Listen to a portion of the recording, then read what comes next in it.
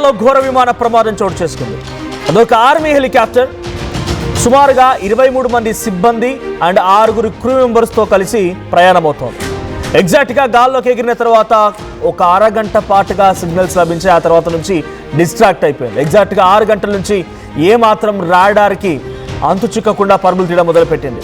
సడన్గా ఎదురుగా వచ్చిన ఒక కొండను ఢీకొట్టడంతో అక్కడికక్కడ 29 మంది ఆ విమాన ప్రమాదంలో పూర్తిగా కుప్పకూలిపోయారు. ఒక భారీ బ్లాస్ట్ జరిగింది.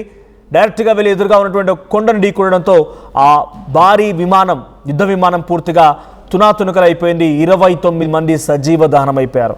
ఇది జరిగింది క్రిమియా ఐలాండ్కి సమీపంగా.